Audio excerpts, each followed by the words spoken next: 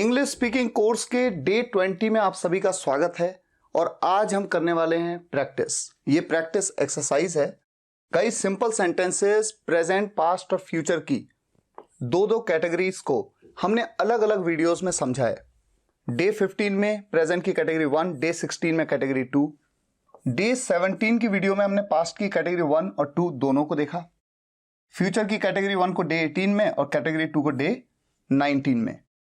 तो आज है डे 20 प्रैक्टिस एक्सरसाइज।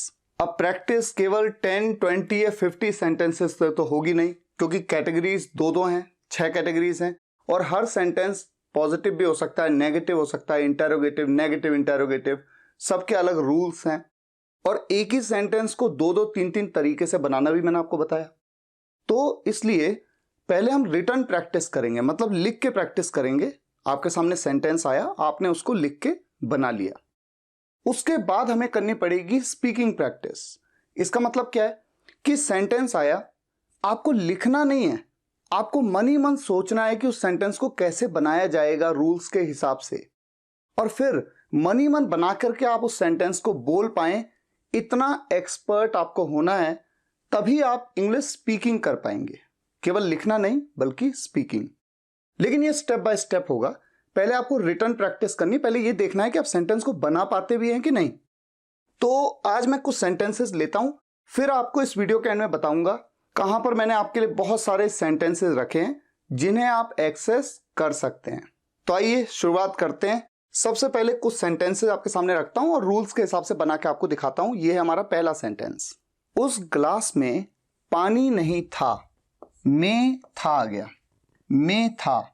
जब भी सब्जेक्ट में था या सब्जेक्ट के अंदर था की बात होती है तो पास्ट की कैटेगरी 2 है। में है की बात होगी तो प्रेजेंट की कैटेगरी 2, और में होगा, किसी चीज के अंदर होगा तो फ्यूचर की कैटेगरी 2। ये आप जानते हैं। यहां पर सब्जेक्ट क्या है? उस ग्लास में पानी नहीं होगा। कौन है वो जिसमें पानी नहीं होगा? कौन है वो? ये बात हम कैटेगरी 2, कैटेगरी 2, कैटेगरी 2 तीनों जगह पे पूछते हैं। कौन है वो जिसमें पानी नहीं था? वो ग्लास।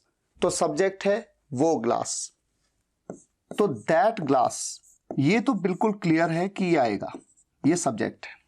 ठीक है। अब इस कैटेगरी में था के लिए हम ऑक्सिलरी वर्ब हैड का यूज करते हैं, ये हम जानते हैं। लेकिन आपको ये पता है चूंकि ये नेगेटिव सेंटेंस है, और नेगेटिव सेंटेंस को हम दो तरीके से बनाते हैं। कैसे? डिड नॉट हैव के साथ, या फिर हैड नो के साथ। ये आप जानते हैं, ये बताया मैंने आपको वीडियो में डे 17 की। तो इस सेंटेंस को हम कैसे बना सकते हैं? That glass did not have water, या that glass had no water. तो ये दो तरीके तो हमें क्लियर है कि नेगेटिव सेंटेंस को बनाने के दो तरीके हैं। ठीक है। इसके अलावा याद करिए डे 17 में एक तीसरा तरीका क्या है। सोचिए, जब भी में था या भाई बहन थे, जब ये आता है तो आप देयर का यूज भी तो करते हैं, याद है? देयर। और देयर के साथ फिर क्या लगाते हैं? वॉज या फिर वर। तो यहां पर क्या होता है कि सब्जेक्ट हो जाता है देयर, उसके बाद वॉज या वर। तो यहां पर जब सब्जेक्ट हो जाएगा देयर तो वॉज लगाऊं या वर? वॉज लगाऊंगा। क्यों लगाऊंगा वॉज? क्योंकि पानी, एक पानी, दो पानी, तीन पानी, चार पानी, ऐसे गिन नहीं सकते, अनकाउंटेबल है। इसलिए देयर वॉज लगेगा। अगर एक से ज्यादा चीजों की बात होती, जैसे 2 नल, 3 नल, तब हम कहते वर। और जब इसका नेगेटिव बनाते हैं तो नेगेटिव में नॉट लगाते हैं, नो लगाते हैं। मैंने बताया था आपको, यहां पर लगाते हैं no. There was no water. केवल इतने से सेंटेंस का क्या मतलब हुआ? पानी नहीं था। अब कहां? उस ग्लास में, इन दैट ग्लास। तो जब मैंने आपको ये सेंटेंस दिया, अगर आप इन तीनों तरीकों से सेंटेंस को बना सकते हैं, इसका मतलब आपने प्रॉपरली डे 17 की वीडियो को देखा और समझा। ठीक है। अब मूव करते हैं हमारे नेक्स्ट सेंटेंस पे। वो कब से घर पर है। है, हैं, हो, हूं प्रेजेंट की कैटेगरी 1। सिंपल। अगर ये सेंटेंस में ये ना होता, सिंपल होता वो घर पर है, तो आप जानते हैं इसे कैसे बनाते, ही इज एट होम। ठीक है, लेकिन ये हो गया इंटेरोगेटिव और यहां पर पूछ रहे हैं कब से। तो कब से अगर इस क्वेश्चन का आंसर आप देंगे तो क्या कहेंगे? आप कहेंगे 2 बजे से या 2 घंटे से, 2 मिनट से, 2 दिन से, ऐसे ही कुछ कहेंगे आप। तो यहां पर समय से का जिक्र हो गया और आपको ये पता है कि इस कैटेगरी में अगर समय से की बात आ गई, समय से, ऐसे में इज एम आर का यूज नहीं होगा। तब किसका यूज होता है? हैज बीन या फिर हैव बीन। अब देखिए ये इंटरोगेटिव सेंटेंस है और कब से एक WH फैमिली का मेंबर है जिसे हम क्या कहते हैं? सिंस, व्हेन या फिर फॉर हाउ लॉन्ग। और WH फैमिली मेंबर का रूल क्या कहता है? रूल कहता है कि सबसे पहले WH फैमिली मेंबर लिखिए। कब से के लिए मान लीजिए आप यूज कर लें सिंस, व्हेन। अब उसके बाद आपको हैज बीन या हैव बीन में से किसी एक का यूज करना है एज एन ऑक्सिलरी वर्ब। लेकिन सब्जेक्ट क्या है? वो। अगर वो एक लड़का है तो ही, लड़की है तो शी। चाहे ही हो चाहे शी हो, उसके साथ तो हैज बीन का यूज होता है।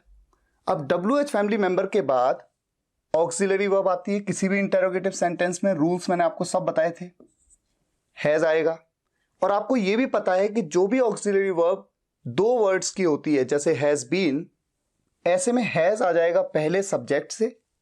सब्जेक्ट है ही, उससे पहले आ गया हैज और उसके बाद आएगा बीन।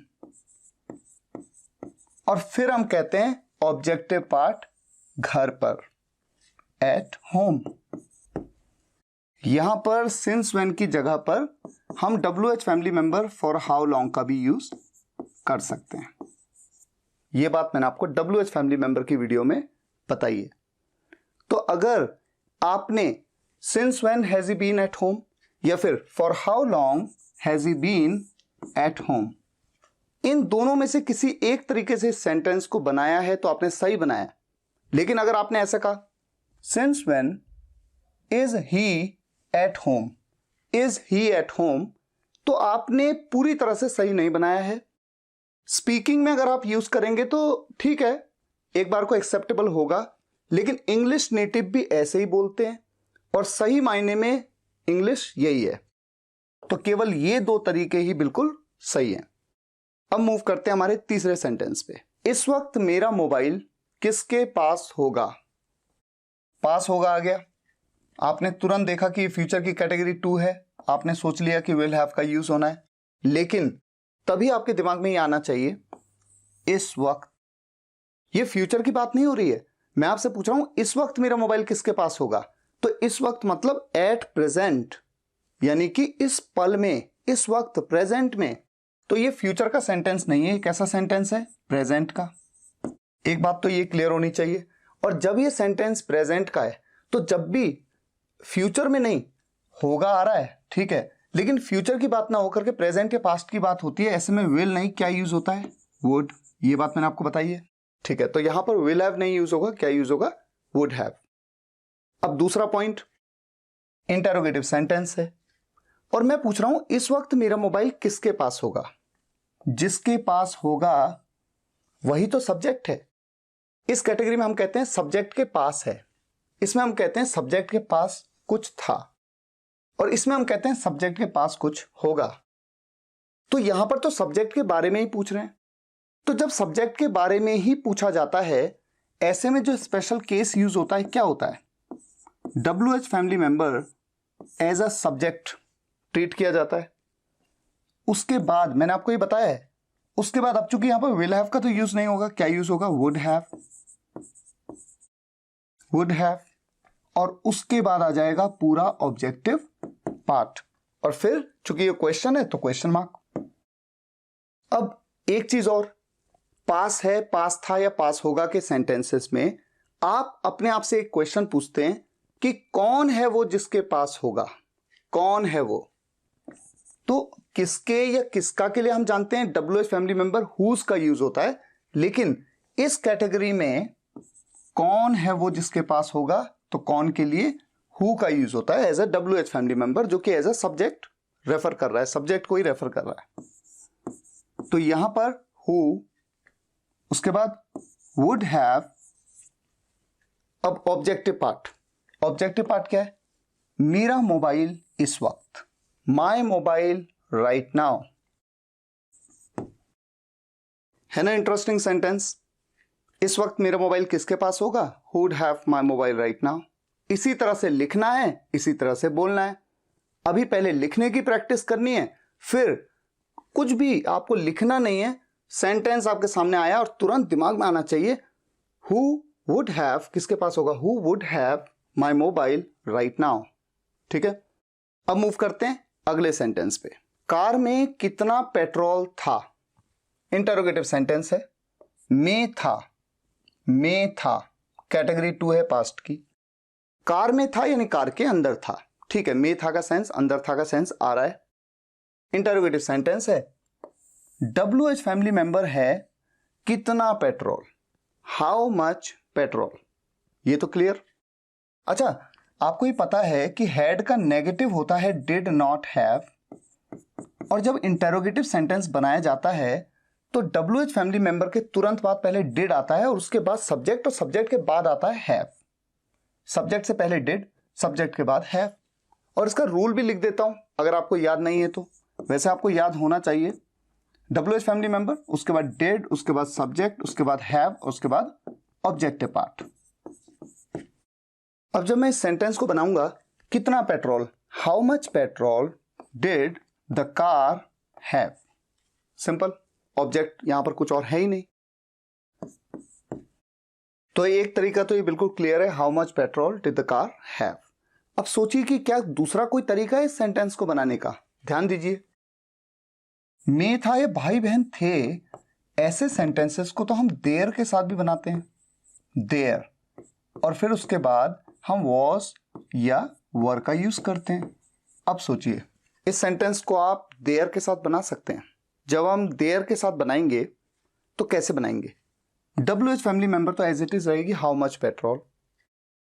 अब यहां पर जैसे डिड आया, ऑक्सिलरी वर्ब डिड का यूज किया, उसी तरह से यहां पर तो वॉज या वर में से किसी एक का यूज होगा। हम किसकी बात कर रहे हैं? हम पेट्रोल की बात कर रहे हैं। पेट्रोल को 1 पेट्रोल, 2 पेट्रोल्स, 3 पेट्रोल्स, 4 पेट्रोल्स ऐसे गिन तो सकते नहीं है, तो इसको सिंगुलर ट्रीट किया जाता है, तो वॉज का यूज होगा।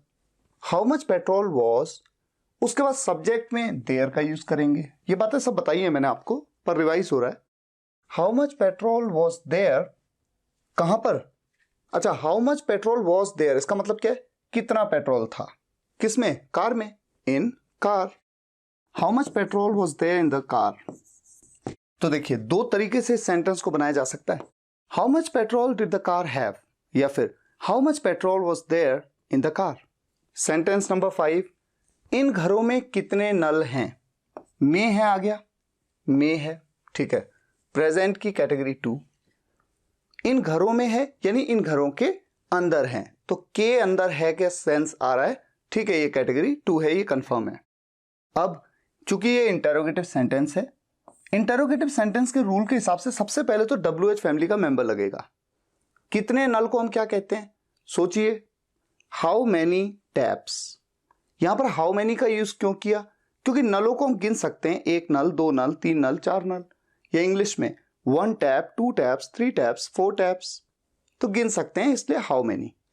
तो WH फैमिली मेंबर तो हो गया हाउ मैनी टैप्स। सब्जेक्ट है ये घर, कौन है वो जिसमें कितने नल हैं के बारे में पूछा जा रहा है? कौन है वो? ये घर, दीज हाउसेस, ठीक है, ये मेरा सब्जेक्ट है। सब्जेक्ट मेरा प्लूरल है। अब ये इंटरोगेटिव सेंटेंस है, हैज लगाऊं कि हैव? ऑब्वियस सी बात है, प्लूरल के साथ हैव लगाऊंगा। लेकिन आपको ये पता है कि पॉजिटिव सेंटेंस में तो हैज या हैव का यूज करते हैं, लेकिन नेगेटिव सेंटेंस में डज नॉट हैव या डू नॉट हैव का यूज करते हैं। तभी तो इसके रूल में भी डज डू आता है।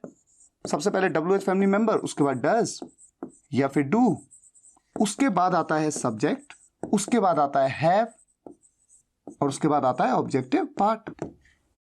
अब इस हिसाब से तो सेंटेंस कैसा बनना चाहिए? हाउ मेनी टैप्स डू, इन घरों में, these houses have, how many taps do these houses have. तो एक तरीका तो सेंटेंस को बनाने का बिल्कुल सही ये है। दूसरा तरीका भी है, में है, भाई बहन है, जहां भी आया आपको मैंने बताया देयर का यूज आप कर सकते हैं। और जब आप देयर का यूज करेंगे तो जैसे यहां पर देयर के साथ वॉज वर का यूज करते हैं, यहां पर करेंगे आप इज, एम या आर का यूज, जैसे कैटेगरी 1 में होता है। तो ये कितना इंटरेस्टिंग है। अब देयर के साथ इस सेंटेंस को जब हमें बनाना है, हाउ मेनी टैप्स, ये तो WH family member as it is आएगा, हाउ मेनी टैप्स। अब उसके बाद जैसे यहां पर हमने ऑक्सिलरी वर्ब डज या डू में से किसी एक का यूज किया, यहां पर इज एम आर में से किसी एक का यूज करना पड़ेगा।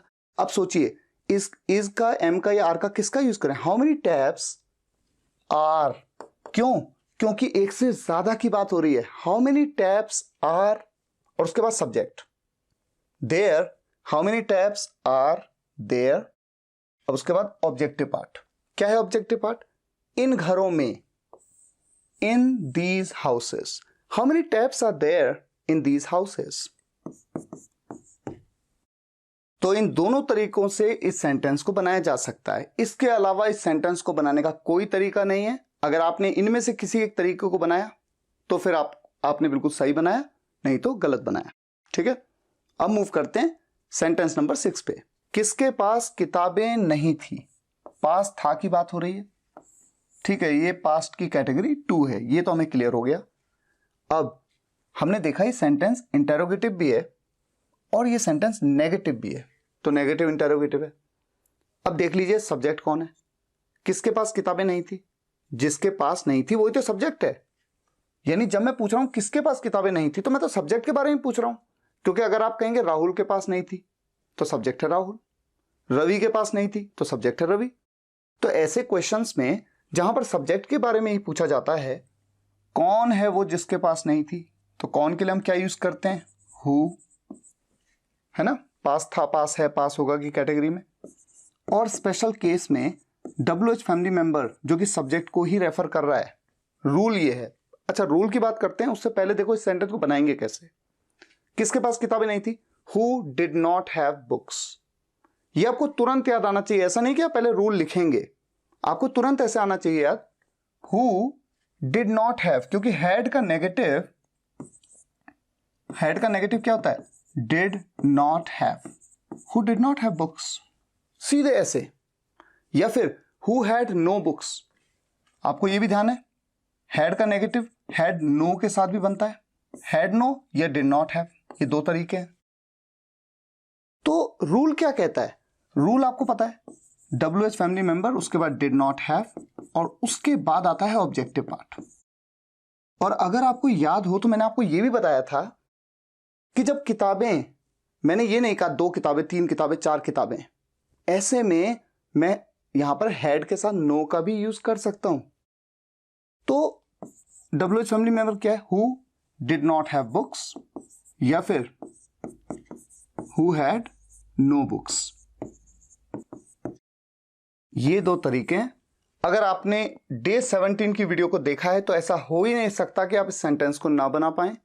अगर आपने नहीं देखा है तो आप कंफ्यूज हो सकते हैं, और इसीलिए मैं कह रहा हूं किसी भी डे की वीडियो को मिस नहीं करना है। ये English speaking course day wise चल रहा है, बिल्कुल डिसिप्लिन के साथ में हर वीडियो को देखना है और ढंग से समझने की कोशिश करनी है।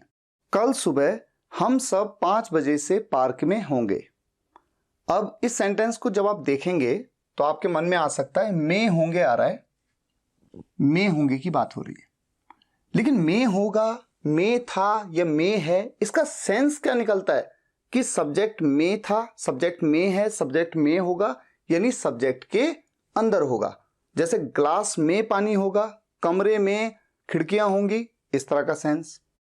लेकिन इस सेंटेंस को आप देखिए, कल सुबह हम सब 5 बजे से पार्क में होंगे। कौन होंगे पार्क में, हम सब। सब्जेक्ट कौन है, हम सब। तो क्या सब्जेक्ट के अंदर किसी चीज के होने की बात हो रही है, हम सब के अंदर होगा कुछ, हम सब में होंगे यानी हम सब के अंदर होगा क्या कुछ, नहीं। तो में है, में था या में होगा का सेंस जब सब्जेक्ट के अंदर है, सब्जेक्ट के अंदर था या सब्जेक्ट के अंदर होगा, ऐसे में ही तो आप कैटेगरी 2 मानेंगे। अदरवाइज यहां पर आप सिर्फ होंगे, होगा, होगी, होंगे। अच्छा एक चीज और, कैटेगरी 1 किसी भी प्रेजेंट की, पास्ट की, फ्यूचर की, सभी की बात करें, हम किस चीज की बात करते हैं? सब्जेक्ट की स्टेट की बात करते हैं। स्टेट मतलब सब्जेक्ट की अवस्था के बारे में। तो यहां पर भी हम सब 5 बजे से पार्क में होंगे, यानी हमारा होना, हमारी अवस्था के बारे में ही तो बता रहे हैं। तो उस हिसाब से भी देखें तो ये फ्यूचर की कैटेगरी 1 है। ठीक है, तो ये फ्यूचर की कैटेगरी 1 का सेंटेंस है। और वैसे भी देखिए हम कह रहे हैं कल सुबह, ठीक है, इसका मतलब फ्यूचर की बात हो रही है। कल सुबह को हम क्या कह सकते हैं? Tomorrow in the morning. हम सब, वी ऑल, होंगे, विल बी, कहां पर? पार्क में। इन द पार्क, कितने बजे से? 5 बजे से। तो इसको छोड़ करके बाकी पार्ट को पहले लिख देता हूं। Tomorrow in the morning we all will be in the park. अब आपको यह सोचना है कि 5 बजे से को क्या कहूं। अच्छा, आपको सिंस और फॉर के बारे में भी मैंने आपको किस वीडियो में बताया था? डे 15 में, कि कहां पर सिंस का यूज करना है और कहां पर फॉर का यूज करना है। ये 2 चीजें बताई थी। फिर मैंने आपको यह भी बताया था जब किसी निश्चित समय से की बात होती है तो सिंस का यूज करते हैं। ये बातें बताई मैंने आपको डे 15 में। लेकिन मैंने आपको डे 18 में फिर क्या बताया? डे 18 में मैंने एक चीज और ऐड कर दी। मैंने ऐड किया था फ्रॉम। फ्यूचर में फ्रॉम का यूज। जब हम कहते हैं किसी समय से, लेकिन वो समय भविष्य में आएगा, भविष्य में आने वाले किसी समय से की बात करते हैं, तो सिंस का यूज नहीं करते हैं। सिंस का यूज तो बीते हुए किसी समय से की बात के लिए करते हैं। फ्रॉम का यूज भविष्य में अगर कोई समय आएगा उस फ्यूचर के समय से। जब मैंने कहा 5 बजे से, तो देखिए कल सुबह, अभी तो सुबह आई भी नहीं है, कल सुबह हम सब 5 बजे से पार्क में होंगे। तो ये कल आने वाला समय है, वो आने वाला 5 बजे, उस समय से। तो यहां पर हम क्या कहेंगे? From 5 o'clock। तो ये इंटरेस्टिंग है। Tomorrow in the morning we all will be in the park from 5 o'clock। अच्छा, वैसे भी रूल के हिसाब से भी अगर आप देखें, पहले सब्जेक्ट, उसके बाद विल बी, उसके बाद पूरा ऑब्जेक्टिव पार्ट। अच्छा, आपको एक चीज और बताई मैंने कि ऑब्जेक्टिव पार्ट जो है, ये पूरा जो ऑब्जेक्टिव पार्ट है, इन से लेकर के और यहां तक, इस ऑब्जेक्टिव पार्ट की शुरुआत जब किसी प्रेपोजिशन से होती है, जैसे इन एक प्रेपोजिशन है, तो इन से तुरंत पहले यहां पर आप देयर का यूज भी कर सकते हैं। और इंग्लिश बोलते वक्त तो इंग्लिश नेटिव अक्सर यहां पर देयर का यूज करते हैं। कैसे? Tomorrow in the morning we all will be there in the park from 5 o'clock। तो इस सेंटेंस को अगर आप देयर के साथ बनाएं या ना बनाएं, दोनों तरीके से सेंटेंस बिल्कुल सही है। अब मूव करते हैं हमारे नेक्स्ट सेंटेंस पे। उसके पास क्या है? इस सेंटेंस को जैसे ही आप देखें, पास है की बात हो रही है, इंटरोगेटिव सेंटेंस है, पास है की बात है, प्रेजेंट की कैटेगरी 2 है, सब्जेक्ट के पास कुछ होने की बात हो रही है। कौन है वो जिसके पास क्या है? वो सब्जेक्ट है ही या शी, मान लेते हैं लड़का है, ही। कैसे बनाएंगे इस सेंटेंस को? तुरंत दिमाग में आना चाहिए what does he have, what does he have. अब बनेगा कैसे? अब आप ये जानते हैं उसके पास क्या है। अगर मैं ये सवाल आपसे पूछूं तो आपको बताना पड़ेगा कि उसके पास क्या है। इस क्वेश्चन का आंसर आप यस या नो में नहीं दे सकते, इसलिए WH फैमिली मेंबर व्हाट का यूज होगा क्या के लिए। रूल कहता है पहले WH फैमिली मेंबर लगाइए, उसके बाद डज या डू का यूज करिए। पॉजिटिव सेंटेंस में तो हैज हैव, लेकिन नेगेटिव सेंटेंस में डज या डू का यूज होता है, और उसके बाद सब्जेक्ट के बाद में हैव का यूज, और फिर आ जाता है आपका ऑब्जेक्टिव पार्ट। ये चीजें छोटी छोटी आपको बिल्कुल याद होनी चाहिए। उसके पास क्या है? What does he have. Does क्यों यूज किया? क्योंकि सब्जेक्ट है ही एक थर्ड पर्सन सिंगुलर सब्जेक्ट है जिसके साथ यूज होगा does. What does he have. Next sentence, शायद रवि के पास पैसे होंगे। पास होगा, पास होगा की बात हो गई, रवि के पास होगा, रवि सब्जेक्ट है, तो सब्जेक्ट के पास होगा तो ये फ्यूचर की कैटेगरी 2 में आ गया। ठीक है, रवि के पास पैसे होंगे। अगर मैं आपसे कहूं इस सेंटेंस को बनाइए, अफर्मेटिव सेंटेंस है, सब्जेक्ट है Ravi, Ravi will have money. ठीक है, simple, Ravi will have money. लेकिन जैसे ही शायद आया, क्या होगा? विल की जगह पे क्या यूज करना पड़ेगा? मैंने आपको डे 19 की वीडियो में बताया है, मे हैव या फिर विल की जगह पे मे या माइट। तो विल हैव की जगह पे मे हैव या माइट हैव। तो यहां पर रवि मे हैव मनी या रवि माइट हैव मनी। तो केवल इन दो तरीकों से आप इस सेंटेंस को बना सकते हैं, रवि मे हैव मनी या Ravi might have money. Sentence number 10 बहुत इंटरेस्टिंग है। पापा शाम 6 बजे तक ऑफिस में रहेंगे। यहां पर आप देख रहे हैं रहेंगे आ रहा है। अब आप सोच रहे हैं ये गागेगी फ्यूचर तो लग रहा है, लेकिन होगा, होगी, होंगे, या सब्जेक्ट के पास होगा, सब्जेक्ट में होगा, या सब्जेक्ट के भाई बहन होंगे, ऐसा तो कहीं भी नहीं बताया गया। तो कैसे इस सेंटेंस को इस कैटेगरी का माने? अब यहां पर आप ध्यान दीजिए, सब्जेक्ट कौन है? पापा। पापा शाम 6 बजे तक ऑफिस में रहेंगे। तो पापा की अवस्था के बारे में, पापा की स्टेट के बारे में बताया गया है। और स्टेट या अवस्था के बारे में कैटेगरी 1 में बताया जाता है। तो फ्यूचर की एक कैटेगरी 1 है। अब आप ये सोचेंगे कि रहेंगे तो आपने कहीं बताया नहीं, ये तो होगा, होगी, होंगे होना चाहिए था। तो क्या फर्क पड़ता है? अगर इसकी जगह मैं लिख दूं पापा शाम 6 बजे तक ऑफिस में होंगे, आप जाइए ऑफिस, उनसे मिल लीजिएगा, क्योंकि पापा शाम 6 बजे तक ऑफिस में होंगे। तो होंगे या रहेंगे, सेंस तो आ रहा है। तो सेंस के ऊपर हमेशा देखिए सेंटेंस को, केवल वर्ड्स पे नहीं। ठीक है, तो ये सेंटेंस कैटेगरी 1 का है और अफर्मेटिव सेंटेंस है, बहुत ही सिंपल। पापा के लिए आप डैड, फादर, पापा, जो आप बोलना चाहें बोल सकते हैं। तो पापा विल बी, पापा होंगे या रहेंगे ऑफिस में, ऑब्जेक्टिव पार्ट आ गया, इन दी ऑफिस, कितने बजे तक? शाम 6 बजे तक। टिल तक के लिए टिल 6 PM कह दूं, PM कह दूंगा तो शाम की बात हो गई, या फिर टिल 6 इन दी इवनिंग। ये 6 इन दी इवनिंग की जगह पे मैं 6 PM कह सकता हूं। और मैं चाहूं तो 6 के बाद मैं ओ क्लॉक भी कह सकता हूं, टिल 6 o'clock इन दी इवनिंग। यहां पर आपके सामने 5 सेंटेंसेस हैं और बहुत ही इंटरेस्टिंग है ये कॉन्सेप्ट, इसे समझना बहुत जरूरी है। वो कहां है? सिंपल सी बात है, हो, हूं, कैटेगरी 1 की बात हो रही है, इज एम आर का यूज होगा। कहां को हम कहते हैं वेयर इज ही। वो कहां था, उसकी अवस्था के बारे में पूछा जा रहा है कि वो कहां था, where was he.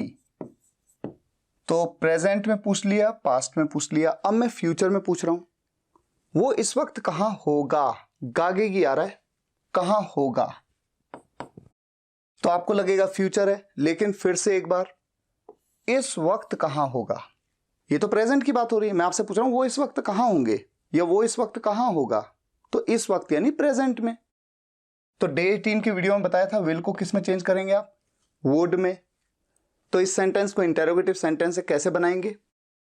Where would he B, क्या पूछा? इस वक्त, राइट नाउ। अब यहां पर देखिए, मैंने पूछा वो शाम को कहां होगा। इस समय मान लीजिए दोपहर है या सुबह है, वो शाम को कहां होगा। तो ये फ्यूचर में आने वाले समय की बात हो रही है। शाम तो फ्यूचर में आएगी ना, प्रेजेंट तो नहीं है शाम, शाम तो फ्यूचर है। तो इस सेंटेंस को कैसे बनाएंगे? वेयर विल ही बी, ऐसे में तो विल बी का यूज करेंगे। वेयर विल ही बी, शाम को, इन दी इवनिंग। तो आपने देखा कितना इंटरेस्टिंग हो गया। जब मैं कहता हूं प्रेजेंट की बात हो रही है या पास्ट की बात होती है तो विल की जगह पे वुड कह देते, जबकि फ्यूचर की बात होती है तो विल कहते हैं। वो सुबह कहां रहा होगा। मान लीजिए इस वक्त हो रहा है दोपहर या शाम हो रही है, मैं आपसे पूछ रहा हूं कि वो सुबह कहाँ रहा होगा, घर पे या जिम में या कहाँ? तो सुबह, ये तो बीते कल की बात हो रही है। तो मैंने आपको ये बात बताई है डे 18 में, डे 19 में, कि जब भी फ्यूचर की बात होगी तो विल बी का यूज इस कैटेगरी में, विल हैव का यूज इस कैटेगरी में। लेकिन अगर बात प्रेजेंट या पास्ट की हो रही है, ऐसे में विल की जगह वुड। तो वो सुबह कहां रहा होगा, यहां पर हम जो सब्जेक्ट है वो उसकी अवस्था के बारे में पूछ रहे हैं कि सुबह कहां रहा होगा। अब आप में से कुछ स्टूडेंट्स ये भी सोच सकते हैं कि देखिए यहां पर रहा आ रहा है, तो जब मैं कहता हूं रहा होगा तो आपको लगेगा कि रहा होगा, रही होगी, रहे होंगे, ये तो टेंस के सेंटेंसेस में आता है, फ्यूचर कंटिन्यूअस में। लेकिन देखिए इस सेंटेंस में क्या सब्जेक्ट किसी काम को कर रहा होगा बोला है? नहीं बोला है ना। अगर मैं कहता वो सुबह कहां खेल रहा होगा, तो खेलने के काम को कर रहा होगा। जब भी सब्जेक्ट किसी काम को कर रहा होगा, करता है, वो होते हैं टेंस के सेंटेंस। जिन सेंटेंसेस में सब्जेक्ट किसी भी काम को करता हुआ नहीं बताया जाता, वो तो सिंपल सेंटेंस है। तो यहां पर हम पूछ रहे हैं वो सुबह कहां रहा होगा, यानी सुबह उसकी क्या पोजीशन होगी, क्या अवस्था होगी, क्या स्टेट होगी। इसीलिए ये सेंटेंस इस कैटेगरी में आएगा, होगा। लेकिन अब सवाल ये भी है, क्योंकि ये पास्ट में बात हो रही है तो विल का यूज तो नहीं करेंगे, वुड का यूज करेंगे। Where would he be, same इस तरह से, where would he be in the morning. तो इस तरीके से इस सेंटेंस को बनाया जाएगा। लेकिन अब मैं आपकी नॉलेज के लिए एक बात और बता देता हूं कि जब भी कभी सेंटेंस पास्ट में होता है, ये नॉलेज के लिए आपकी हो सकता है समझ ना आए प्रॉपरली, फिर भी बताना मेरा फर्ज है, मैं आपको बता रहा हूं, क्योंकि आगे चल के ये सब चीजें आपको आएंगी भी और आप बोलेंगे भी। वेयर वुड ही, यहां पर बी की जगह पे पास्ट में हैव बीन का यूज किया जाता है, यानी वुड बी का पास्ट हो जाता है would have been. Where would he been in the morning, where would he have been in the morning. तो इन दो तरीकों से इस सेंटेंस को बनाया जा सकता है। अब सारा खेल है प्रैक्टिस का, जितनी ज्यादा प्रैक्टिस उतना ज्यादा परफेक्शन। अब प्रैक्टिस आप कैसे कर सकते हैं? आप गूगल में जाइएगा, टाइप करिएगा सिंपल सेंटेंसेस प्रैक्टिस एक्सरसाइज, आपको spokeninglish.guru वेबसाइट का आर्टिकल दिखेगा। उस आर्टिकल पे आप करिएगा क्लिक, सेंटेंसेस आपके सामने आएंगे। सभी सेंटेंसेस को पहले खुद बनाने की कोशिश करिए, फिर देखिए कि कैसे बनाया जाएगा। और अगर आपने डे 15 से लेकर के डे 19 तक की वीडियोस को 1 सेकंड 1 मिनट के लिए भी छोड़ा है, नहीं देखा है, तो देख लीजिए, तभी आप इस टॉपिक पे पूरी तरह से अपनी कमांड मजबूत कर पाएंगे। फिलहाल आज के लिए यहीं तक। अगर आपको ये वीडियो लेक्चर पसंद आया हो तो वीडियो को लाइक और शेयर जरूर करिएगा और कमेंट्स में बताइएगा कैसा लगा। मिलते हैं नेक्स्ट वीडियो लेक्चर में, तब तक के लिए टेक केयर, गुड बाय।